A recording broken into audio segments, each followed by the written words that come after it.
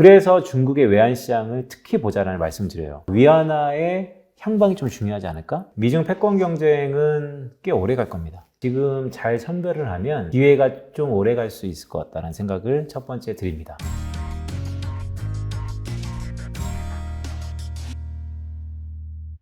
추가적으로 이게 약간 이게 좀 불편한 이슈가 하나 생겨서요. 왜냐하면 이제 우리나라 증시 같은 경우에는 물론 미국의 그런 인플레이션이라든지 연준의 통화 정책에 의해서도 좀 형성이 되긴 하는데 이 중국 비중이 높다 보니까 중국에서 뭐 악재가 터지면 같이 떨어지잖아요. 작년에 헝다그룹 사태도 그랬고. 근데 최근에 보면은 중국이 이 오미크론 확진자가 나오면서 약간 도시 폐쇄 이슈도 좀 종종 나오고 있긴 하거든요. 그래서 이 부분은 사실 좀 중국 경기 회복세에 좀 걸림돌이 될 것으로 좀 보이고, 그렇게 된다면은 한국 증시 역시 좀 부정적이지 않을까요? 어떻게 보세요? 일단 중국이 베이징 올림픽 이후에 네. 제로 코로나를 고수하면서 네네.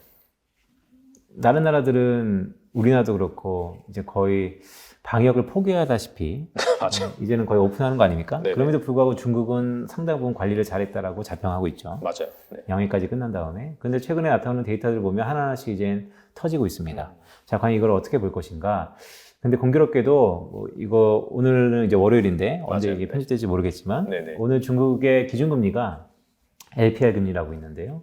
2개월 연속 동결했어요. 아, 네네. 사람들이 전부 다 시장이 인하할 거라고 봤습니다. 아. 왜 인하할 거라고 봤냐면 말씀 주셨던 것처럼 중국 경기 별로 안 좋다.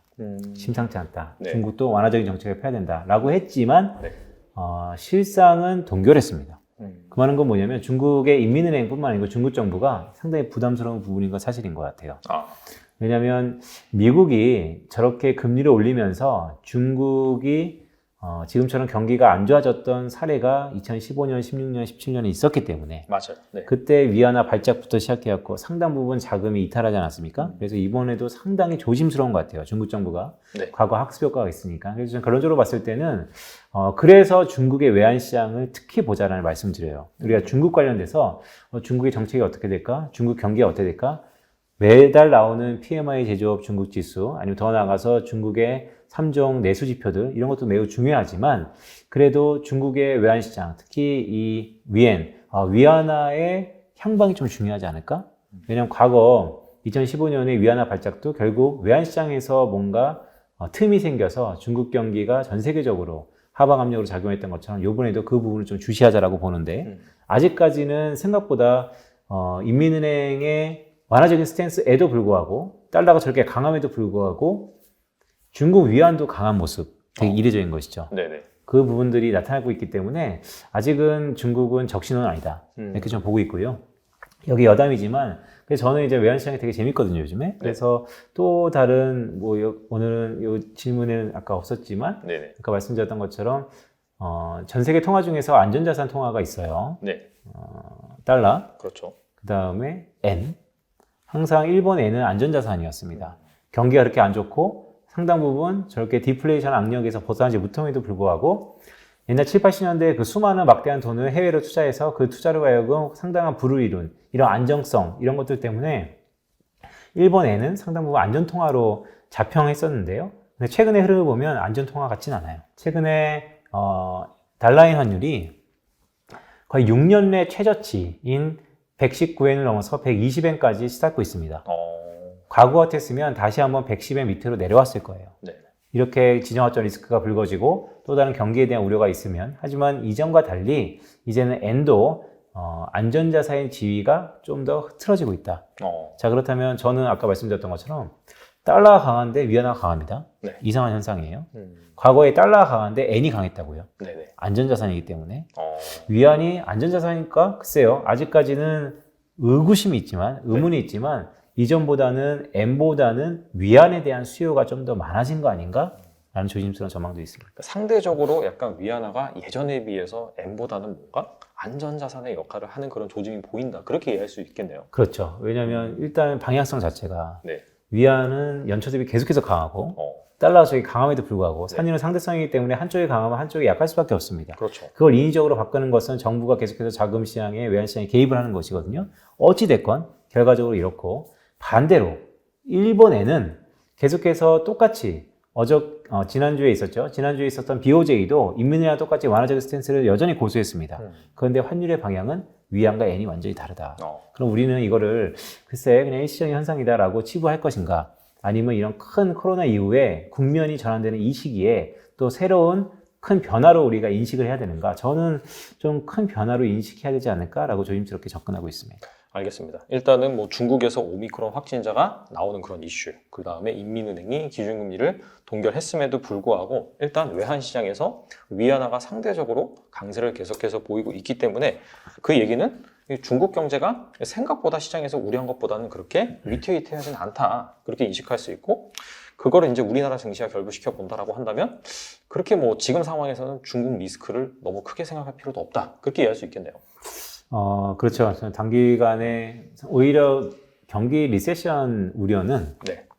시기를 좀 짧게 보면 지금은 중국보다는 미국 쪽에 좀 더 확률이 높은 것 같고요. 네네. 하지만 하반기로 갔으면 다시 한번 중국에 대해서도 저희가 다시 한번 주목해 볼 필요는 있죠.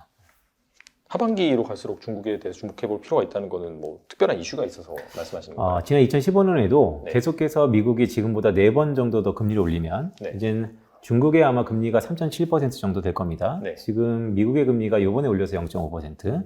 그러면 이 스프레드가 좁혀지는 것이죠. 네. 왜냐하면 계속해서 인민은행은 금리를 안 올리는데 미국은 계속해서 올릴 수밖에 없고 네. 또한 미국의 10년물 금리가 이제 2.4%를 향해 가는 거 아닙니까? 네. 그러면 옛날에는 중국에 투자하면 가만히 있어도 아비트라지라고 그러죠. 200bp 이상의 자본 이득을 얻었는데 이게 점점 좁혀지고 있고 또한 지금의 큰 변화 속에서 과연 글로벌 이 스마트 자금들이 중국에 계속 투자할 수 있는 것인가? 이거에 대한 회의적인 시각이 분명히 나타날 가능성이 있는 것이죠. 알겠습니다. 어쨌거나 과거와 지금의 다른 점이 사실 미국과 중국의 그런 패권 전쟁, 그 양대 축이 그 세계 경제 중심으로 부각이 되면서 예전에는 사실 미국이 중국을 별로 신경 안 썼단 말이에요. 그럼에도 불구하고 중국이 계속해서 퍼져나가다 보니까 미국과 중국의 패권 다툼이 계속해서 일어나고 있는 상황인데 공교롭게도 우리나라가 중간에 딱 꼈어요. 그래서 어떻게 해야 되는지 상당히 좀 지혜롭게 판단해야 되는 그런 상황인데 또 책에도 그런 얘기 쓰셨잖아요. 그죠? 미국과 중국의 패권 전쟁이 과거와 비교해서 지금 달라진 점. 그게 무엇이고 또 이런 상황에서 우리나라 그런 뭐 주식이나 섹터 중에서 과연 뭐 수혜를 입을 만한 내지는 좀 피해를 볼 만한 그런 업종이나 뭐 주식은 무엇이 있을까요? 결론적으로 말씀드리면 네. 미중 패권 경쟁은 꽤 오래 갈 겁니다. 그 말은 뭐냐면 지금 잘 선별을 하면 기회가 좀 오래 갈 수 있을 것 같다는 생각을 첫 번째 드립니다. 네네. 왜냐하면 고래 싸움에 새우등이 털 수도 있지만 그렇죠. 고래가 상당 부분 첨예하게 대립할 때 한국의 한반도의 역사를 보면 한국이 되게 잘했던 케이스가 꽤 있습니다. 저는 미중 패권 경쟁을 또 다른 얘기로는 반도체 경쟁, 글로벌 밸류체인의 변화로 인식을 하고 있고요. 결국 이런 얘기가 있죠. 인텔이란 기업이 되게 재밌습니다. 인텔이요? 네, 미국의 인텔이 1960, 80년대까지만 하더라도 전 세계에서 반도체 기업은 인텔. 네. 인텔이 다 반도체를 최초로 만들었으니까요. 근데 최근에 반도체 그러면 그냥 인텔을 떠오르기보다는 TSMC와 삼성전자, 그렇죠. 파운더리 쪽에를 생각하는 게 다변화입니다. 네네. 왜냐하면 인텔이 이제 그 부분을 안 하고 있거든요. 맞아요. 자, 그렇기 때문에 이게 차이메이카라는 글로벌 밸류체인의 분업 구조가 된 거죠. 미국은 R&D를 집중하고 중국을 비롯해서 대만과 한국, 일본 이 제조 기반의 업체들은 파운드리 생산 쪽에 집중을 하고 자, 분업을 했었습니다. 그런데 큰 변화들이 있었죠. 트럼프 대통령, 시진핑의 영구 집권, 더 나아가서 이데올로기 싸움. 자, 그래서 지금 미국의 스탠스는 뭐냐면 이제는 미국의 국가 안보랑 가장 결부되어 있는 것은 에너지원이 과거 석유에서 이제는 그거보다 훨씬 더 우선순위, 제1순위에 있는 게 반도체다. 이 반도체를 과거 인텔만큼 우리가 탑다운으로 다 해보겠다. 그래서 인텔이 상당 부분 파운더리의 업체도 인수하고 그 부분들의 시설 투자를 엄청나게 하고 있습니다. 지난주에는 유럽의 대규모의 투자의 뉴스 플로우도 있었고요. 자, 그렇다면 인텔이 이제 이 파운더리 시장에 들어오는 것입니다. 네. 그럼 가진 자와 갖지 않은 자의 첨예한 갈등. 이거는 저는 미중 무역 분쟁이 꽤 오래 걸릴 거다. 결국 반도체 이 경쟁은 꽤 오래 걸릴 거다. 네. 품질 경쟁, 가격 경쟁 상당 부분 있을 거고요. 인텔이 이 팹리스 쪽에 R&D 부분에는 아직까지 비교율가 있습니다. 네. 전 세계에서 기술이 가장 높죠. 네. 하지만 이 파운더리 쪽에서 뭐 메모리, 빈메모리를 차치하더라도 파운더리 쪽에서는 여전히 TSMC와 삼성전자의 MS, 즉 마켓파워가 있는 것이죠. 인텔이 이거를 얼마나 빨리 가져올까. 가져오기 전까지는 이런 거죠. 흔히 옛날에 공부할 때 보면 네. 내가 1등보다 공부를 더 잘하려면 1등하고 일단 친해져야 됩니다. 그렇죠. 중요하죠. 노하우를 알아야 되고 서로 적이면 안 되니까요. 지금 인텔이 그런 행보를 상당 부분 보일 수 있다. 그런 의미에서 보면 삼성전자가 어쨌든 이 반도체 시장에서 마켓이 커지는 그 가능성, 더구나 우리의 기술력을 보면 앞으로 장밋빛의 전망이 상당 부분 있는 것도 사실입니다. 네네. 그런데 어느 순간 내가 1등하고 계속해서 같이 공부를 하고 친해져 봤는데 고3이 돼서 대학까지쯤 되면 대학은 한 자리 아닙니까? 그렇죠. 그럼 서로 경쟁하게 되고 이왕이면 내가 이 친구보다 훨씬 더 많은 노하우를 갖고 있다면 결국에는 경쟁으로 서로 치열한 갈등이 나타나는 것이죠. 그런 것처럼 글쎄요, 그 시기가 어느 시기가 될지 모르겠습니다. 국지의 TSMC와 삼성전자도 파운더리 중심이지만 결국 R&D 쪽으로 계속해서 기술 개발을 하겠죠. 여기서 먼저 기술 개발을 할 것이냐, 아니면 과거에 다 했던 인텔이 다시 한번 파운더리까지 다 할 것이냐, 이 첨예한 갈등이 일단 펼쳐졌으니 네. 우리의 선택은 일단 반도체 쪽에서는 뭔가 집중해야 된다.